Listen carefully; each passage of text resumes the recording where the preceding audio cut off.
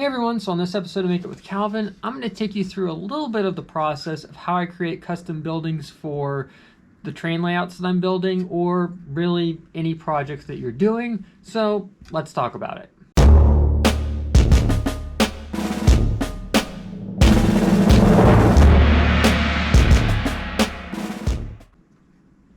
Now, by no means this is going to be an in-depth video. If you really want to see some long but really well done content, go check out my buddy Dave Meek's channel. He's next level when it comes to this stuff. I make no claims to be anywhere good as Dave, but if you really want to learn good stuff, go to his channel. Okay, that aside, this is a good example of a building that is in process. This is the engine shed for my Yosemite Shortline module, and currently it is still a wooden foundation that is sitting on my module. And I kind of figure we have a show coming up in the next month or two. I might as well get this installed so we're good to go. Now what you will see is the building has been laser cut from a couple of pieces of just some 1/8 inch, goes by different names. I believe it's called hardboard. It's effectively sawdust with glue, and it is my coworker at work who mostly runs the laser. It is one of her favorite materials for me to cut in there, along with the laser board, which we'll get to in a minute. You know you love it, Rachel.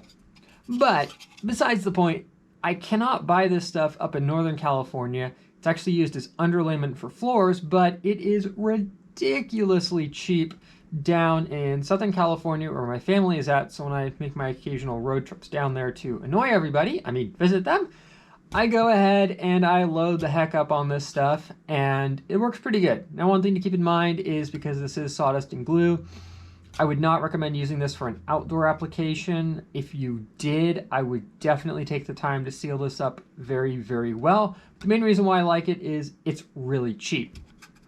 I think I've worked out that it's under $2 for a 12 by 24 sheet, which is what gets loaded into the laser.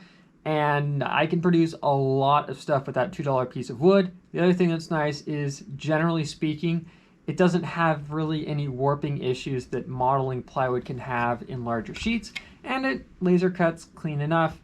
Can't complain.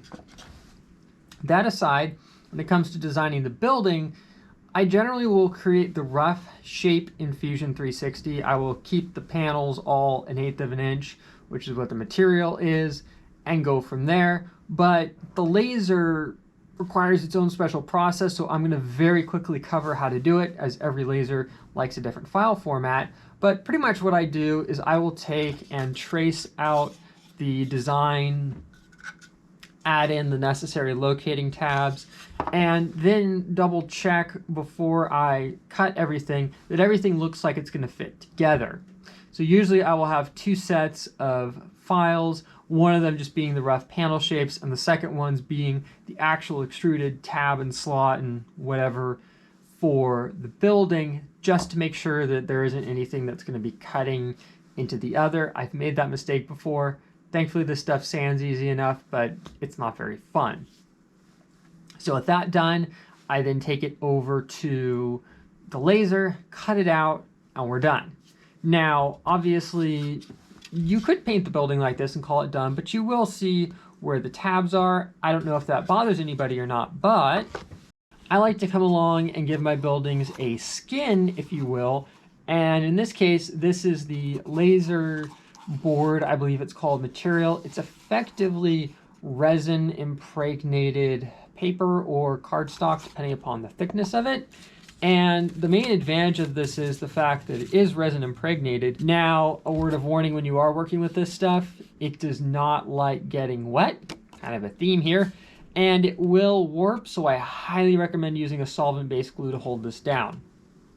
What I will do is I will come along and carefully place this on a clean surface, and then liberally apply my personal favorite of spray adhesive, which is Super 77. I have tried other stuff and found it to be greatly inferior and just will not stick. This stuff, though, once it's put on there, gosh golly wow, it is not going to come off. So you make sure you do it right, but if you want it to stay stuck forever, take my word, use Super 77.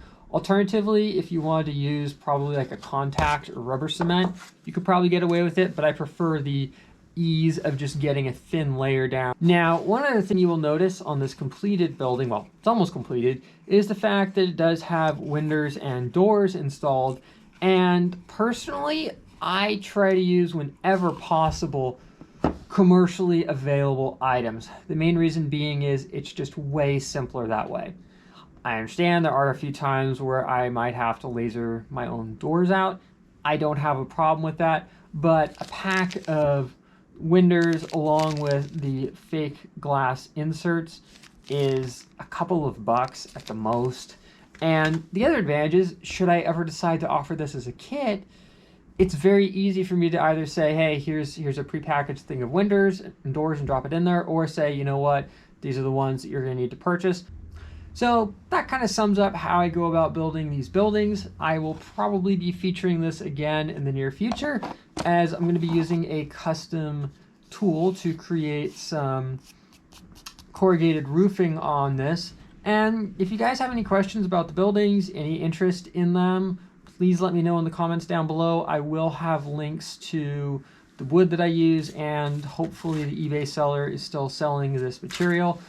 I really like. I have a nice little stockpile of it. It is a little bit on the expensive side, and really it only cuts well with a laser. I have not tried it in a plotting machine with a knife blade, so your results may vary. As for me, I gotta finish this up, so I'll see you guys here next time on Make It with Calvin.